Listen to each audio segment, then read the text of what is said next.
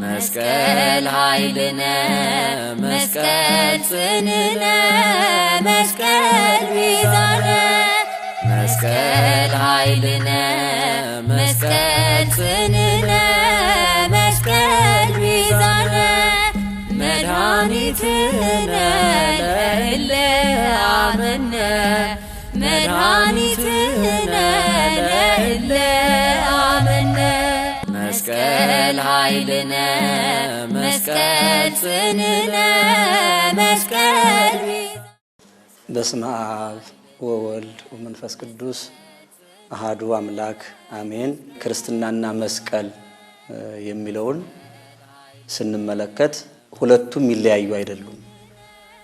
ምክንያቱም አምላካችን መድኃኒታችን ኢየሱስ ክርስቶስ በመስቀል ላይ የተሰቀለው ለሰው ልጆች ድነት ሲል ነው። ስለዚህ ክርስቲያኖች በሙሉ መስቀሉን ኃይላቸው መድኃኒታቸው አድርገው ያምኑበታል፣ ይሳለሙታል፣ ያከብሩታል። እንዳጠቃላይ መስቀል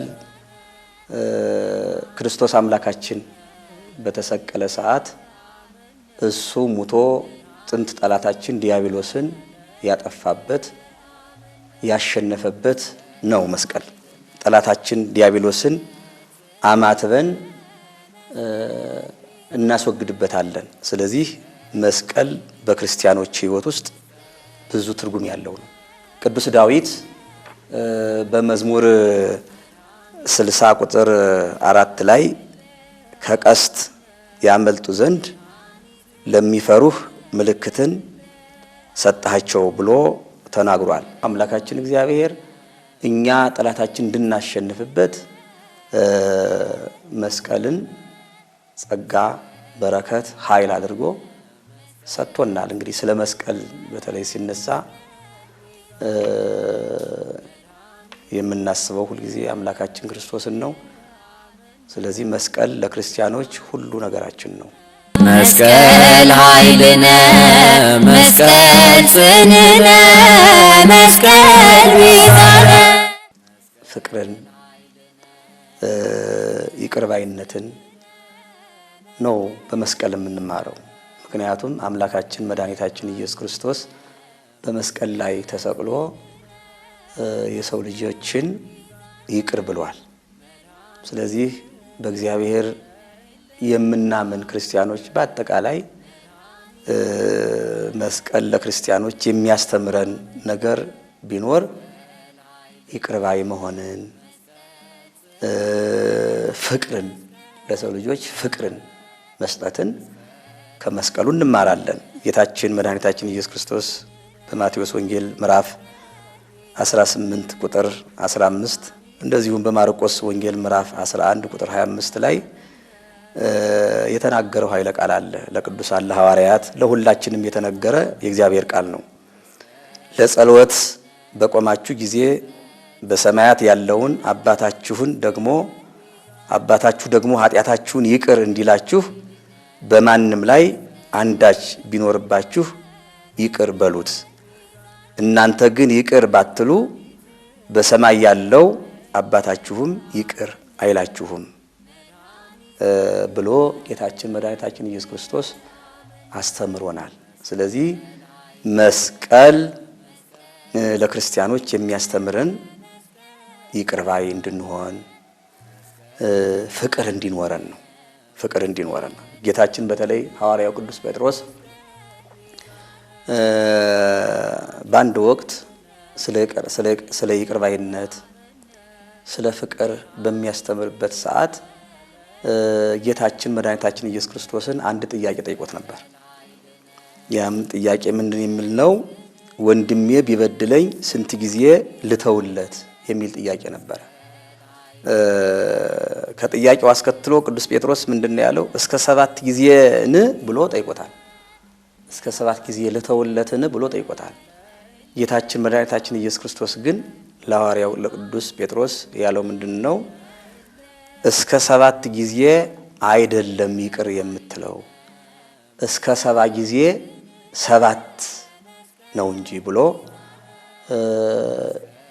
ይቅር መባባል፣ መፋቀር ገደብ የሌለው መሆኑን የሰው ልጆች ለፍቅር ገደብ ማስቀመጥ የለባቸውም። ለይቅር ባይነት ገደብ ማስቀመጥ የለባቸውም። ይሄ በጊዜው ለቅዱስ ጴጥሮስ ሲነገር እንጂ ለሁላችንም የተነገረ የእግዚአብሔር ሐሳብ ነው፣ የእግዚአብሔር ቃል ነው። ምክንያቱም በዚህ ዓለም ላይ ስንኖር የሰው ልጆች ነንና በተለያየ ምክንያት ከሰው ጋር ቅሬታ ውስጥ ልንገባ እንችላለን፣ እንጋጫለን። በዚህን ሰዓት ግን እንዲያውም ምንድነው የተባለው በወንጌል ፀሐይ ሳትጠልቅ ወንድምህን ይቅር በለው። ለይቅርታ ነገ ከነገ ወዲያም ጊዜ መቀጠር አያስፈልግም፣ ወዲያውኑ ይቅር በል ነው የተባልነውና መስቀል ለክርስቲያኖች የሚያስተምረን ይቅር ባይነትን፣ ፍቅርን ነው። ስለዚህ በፍቅር መኖር አስፈላጊ ነው ማለት ነው። ሁሉን ነገር የምንማረው ከአምላካችን ከመድኃኒታችን ከኢየሱስ ክርስቶስ ነው። ኢየሱስ ክርስቶስ አምላካችን የበደለ የሰው ልጅ ነው፣ ያጠፋን እኛ ነን። ነገር ግን እሱ መሐሪ ይቅር ባይ ስለሆነ ሩቀ መዓት ወብዙ ምሕረት፣ መዓቱ የራቀ ምሕረቱ የበዛ አምላክ ስለሆነ ምንም እንኳን እኛ የሰው ልጆች ብንበድል እሱ ራሱ ክሶ በመስቀል ላይ ደሙን አፍስሶ ስጋውን ቆርሶ አዳነን። ስለዚህ ቅዱስ ዮሐንስ ምን ይላል? የዮሐንስ ወንጌል ምዕራፍ 15 ቁጥር 12 ላይ እኔ እንደወደድኳችሁ እርስ በርሳችሁ ትዋደዱ ዘንድ ትእዛዜ ይህች ናት፣ ነፍሱን ስለ ወዳጆቹ ከመስጠት ይልቅ ከዚህ የሚበልጥ ፍቅር ለማንም የለም እያለ አምላካችን መድኃኒታችን ኢየሱስ ክርስቶስ ስለ ፍቅር፣ ስለ ይቅር ባይነት፣ ስለ ምሕረት ማድረግ በሰፊው ተናግሯል። ስለዚህ እኛም የሰው ልጆች በምድር ላይ ስንኖር ይቅር ባዮች መሆን አለብን። ምሕረትን ለባልንጀራችን የምናደርግ መሆን አለብን። ክርስቲያኖች ሁላችን ከመስቀሉ እንማራለን። በሌላ በኩል ሐዋርያው ቅዱስ ጳውሎስ አሁንም ስለ ይቅር ባይነት፣ ስለ ፍቅር ለቆላስይስ ክርስቲያኖች በጻፈው መልእክቱ ምዕራፍ 3 ቁጥር 12 ላይ እንግዲህ እንደ እግዚአብሔር ምርጦች ቅዱሳን ሆናችሁ የተወደዳችሁም ሆናችሁ ምሕረትን፣ ርኅራኄን፣ ትዕግስትን ልበሱ። እርስ በርሳችሁ ትዕግስትን አድርጉ። ማንም በባልንጀራው ላይ የሚነቅፈው ነገር ካለው ይቅር ተባባሉ። ክርስቶስ ይቅር እንዳላችሁ እናንተ ደግሞ እንዲሁ አድርጉ። በእነዚህ ሁሉ ላይ የፍጻሜ ማሰሪያ የሆነውን ፍቅርን ልበሱት ይላል ሐዋርያው ቅዱስ ጳውሎስ። ስለዚህ በመስቀል ይቅር ባይነት፣ ፍቅርን እንማራለን። ስለዚህ አምላካችን እግዚአብሔር በመስቀል ላይ ተሰቅሎ ያስተማረን ፍቅርን ነው፣ የሰበከልን ይቅር ባይነትን ነው። እኛም በዚህ ዓለም ላይ ስንኖር ይህንኑ ተግባራዊ ማድረግ፣ እግዚአብሔር የሚወደውን ስራ መስራት ይጠበቅብናል ማለት ነው። መስቀል ኃይልነ መስቀል ጽንዕነ። መድኃኒታችን ኢየሱስ ክርስቶስ በመስቀል ላይ መከራን ተቀብሏል። በመስቀል ላይ ደሙን አፍስሷል፣ ስጋውን ቆርሷል። ጎልጎታ ወደ ቀራንዮ ሲሄድ ደክሟል፣ ላቡ ተንጠፍጥፏል። መከራውን ችሎ ጠላታችን ዲያብሎስን በመስቀል ላይ ተሰቅሎ አሸንፏል። ስለዚህ እኛ መስቀል የሚሰብክልንን ሕይወት ለመኖር ማድረግ ያለብን ትልቁ ነገር በሃይማኖት መጽናት ነው። ከሃይማኖት እንድንወጣ የሚያደርጉን ብዙ ነገሮች አሉ። በስጋችን ደካማ እንደመሆናችን መጠን የሚደርሱብን ፈተናዎች አሉ። ስለዚህ ከሃይማኖት እንዳንወጣ በሃይማኖታችን መጽናት ትልቅ ነገር ነው። በዮሐንስ ወንጌል ምዕራፍ 16 ቁጥር 32 ላይ ጌታችን መድኃኒታችን ኢየሱስ ክርስቶስ እሱ መከራን ችሎ በመስቀል ላይ ተሰቅሎ ጸንቶ ጠላታችን ዲያብሎስን አሸንፎ እኛን ከወደቅንበት አንስቶ ከጨለማ ወደ ብርሃን ከሞት ወደ ሕይወት ካሸጋገረን በኋላ ቅዱሳን ሐዋርያትን የተናገራቸው እንደዚህ ብሎ ነው። በዓለም ሳላችሁ መከራ አለባችሁ። መከራ በዚህ ዓለም ላይ አለ። ከሃይማኖት ሁላችንን እንድንወጣ የሚያደርጉን ብዙ ነገሮች ሊኖሩ ይችላሉ። ነገር ግን ያን ሁሉ ከአምላካችን ከመድኃኒታችን ከኢየሱስ ክርስቶስ ተምረን መጽናት ያስፈልጋል። ሐዋርያት ጸንተዋል። ነቢያት አባቶቻችን ጸንተዋል። ጻድቃን ሰማዕታት የምንላቸው አባቶቻችን ጸንተዋል። እነሱም በእምነት ሲኖሩ በክርስትና ሲኖሩ ብዙ መከራ ደርሶባቸው ነበር። ነገር ግን በምድር ላይ በስጋቸው የሚደርስባቸውን መከራ ሁሉ ታግሰው የእግዚአብሔርን መንግስት በመሻት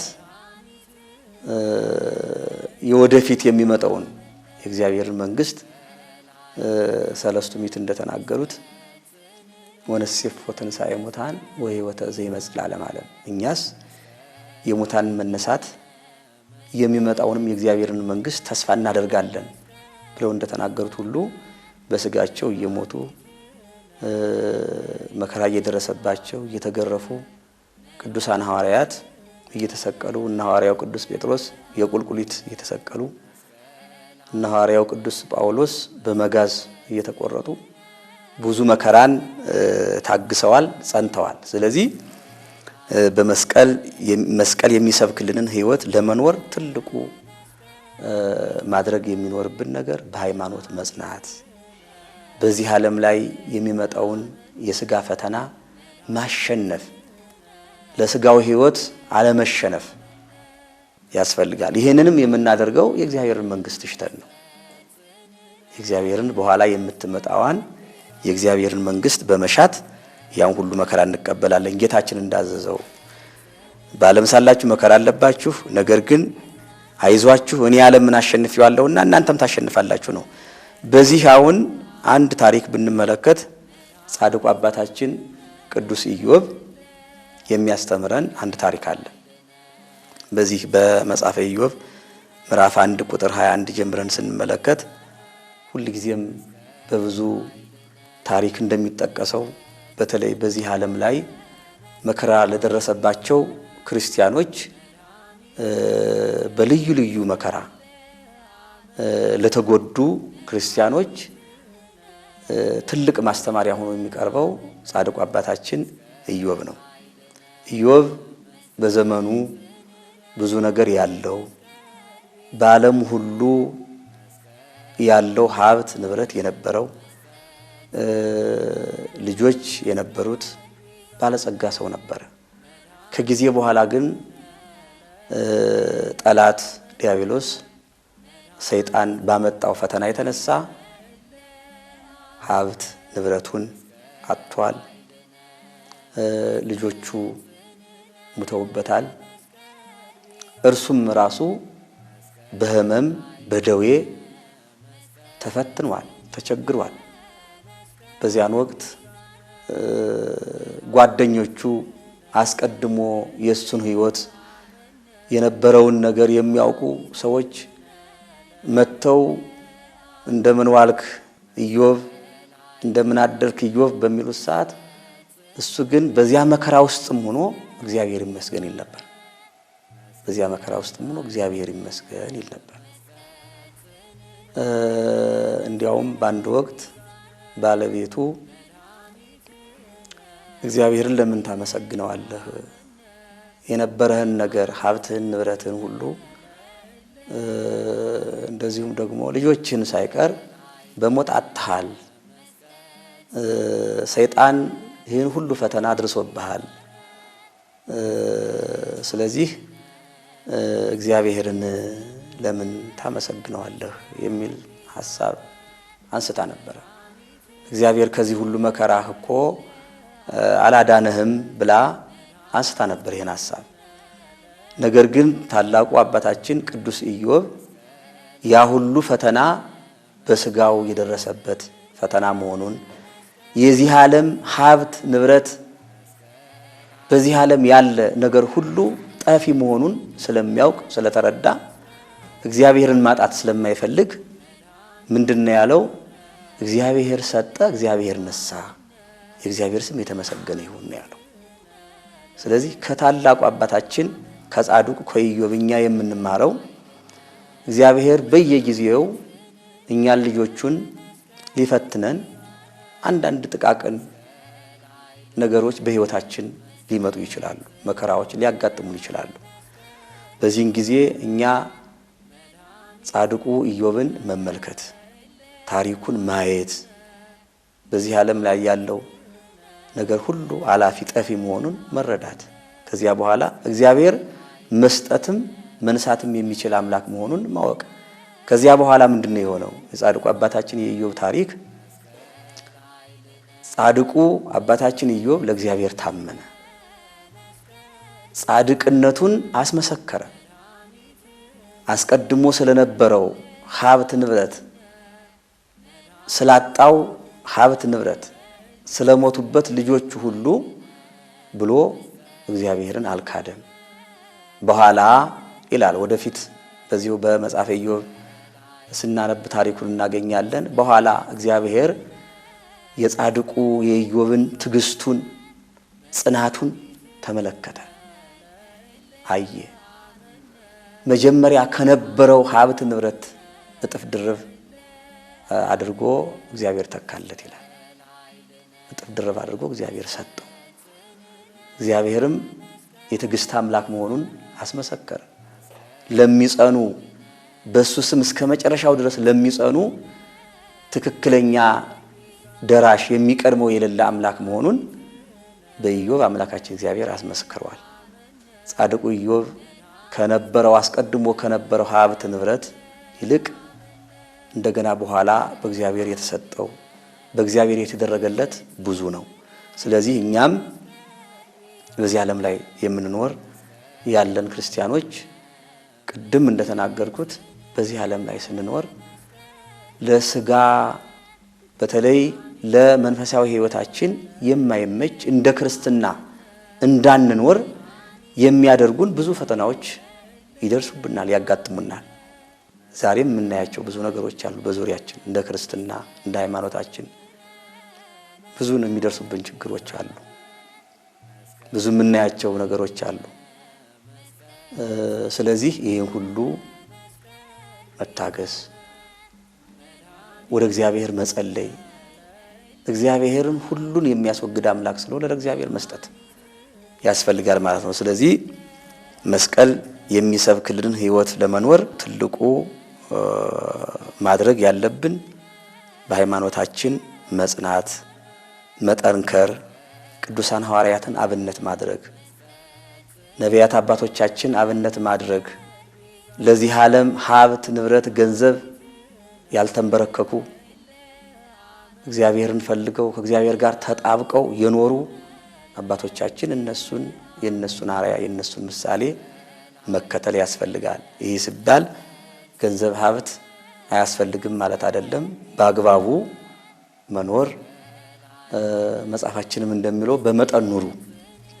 እግዚአብሔር በሰጠን ኑሮ እግዚአብሔር በሰጠን ሀብት መኖር አስፈላጊ ነው ማለት ነው። ስለዚህ ከመስቀል የምንማረው መስቀል የሚሰብክልንን ሕይወት ለመኖር ይህንን ማድረግ አለብን። ሌላው በማቴዎስ ወንጌል ምዕራፍ 16 ቁጥር 26 ጌታችን መድኃኒታችን ኢየሱስ ክርስቶስ ስለዚህ ዓለም ከንቱነት በዚህ ዓለም ያለው ነገር ሁሉ የማይጠቅም መሆኑን በአግባቡ ካልተጠቀምንበት የማይጠቅም መሆኑን ሲናገር ሰው ዓለሙን ሁሉ ቢያተርፍ ነፍሱንም ቢያጎድል ምን ይጠቅመዋል ይላል። በሌላ በኩል እኔን መከተል የሚወድ ቢኖር ራሱን ይካድ መስቀሉንም ተሸክሞ ይከተለኝ ይላል።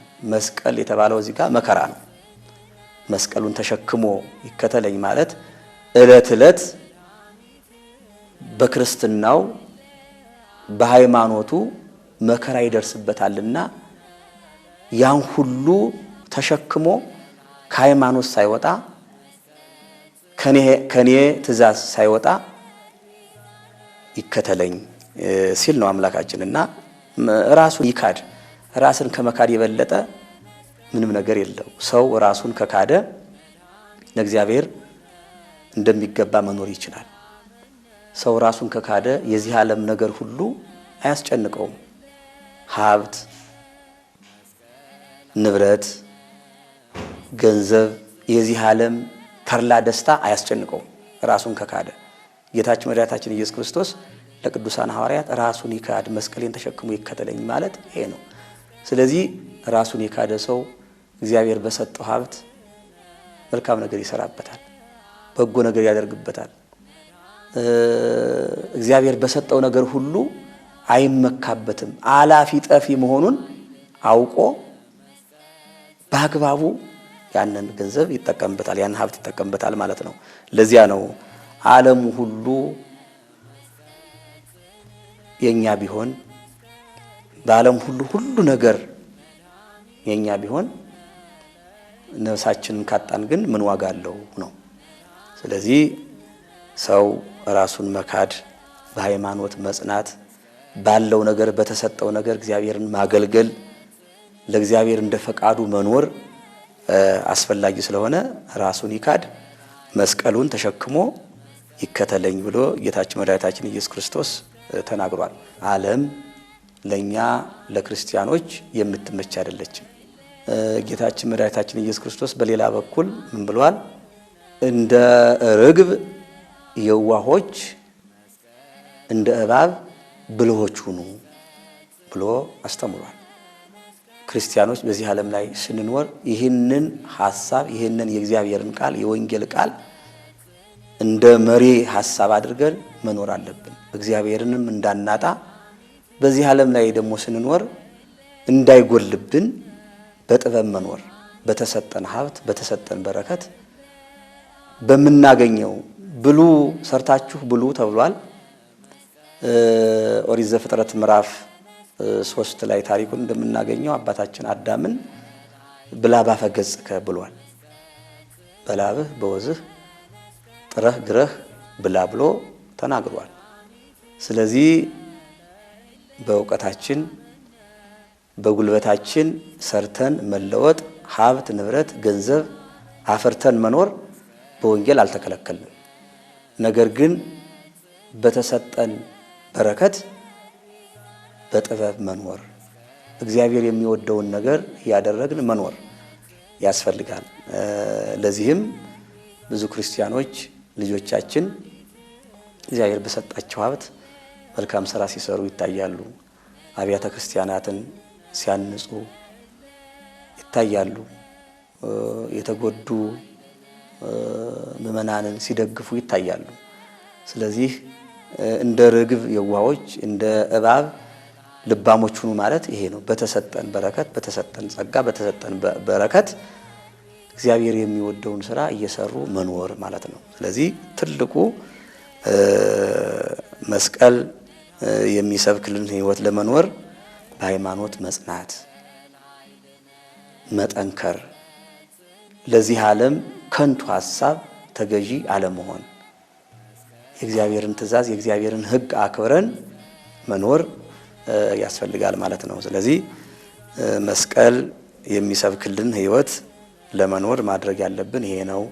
ክርስቲያኖች ሁላችንም እግዚአብሔር በሚመች ነገር ራሳችንን አስታርቀን አዋህደን አስተካክለን ለእግዚአብሔር ሕግ እየተገዛን እግዚአብሔርን እያሰብን በሃይማኖታችን ጸንተን መኖር አለብን እንጂ እኛ በዓለም ላይ እንደምናየው በእኛም በክርስትናችንም በሃይማኖታችንም እንደሚደርስብን መከራ በጥበብ ካልኖርን እኛም በራሱ ፈተና ውስጥ ስለምንገባ፣ ስለዚህ በአባታችን ሆይ ጸሎታችን እንደምንለው ከፈተና ሁሉ አድነን እያልን አምላካችን እንደምንለምነው ሁሉ በዚህ ዓለም ላይ ከሚመጣብን መከራ ሁሉ አምላካችን እግዚአብሔርን በጸሎት እየጠየቅን ለእግዚአብሔር እንደ ሐሳቡ እንደ ሕጉ እየተገዛን መኖር ያስፈልጋል። መስቀል ኃይልነ መስቀል ጽንዕነ መስቀል ቤዛነ መስቀል ኃይልነ መስቀል ጽንዕነ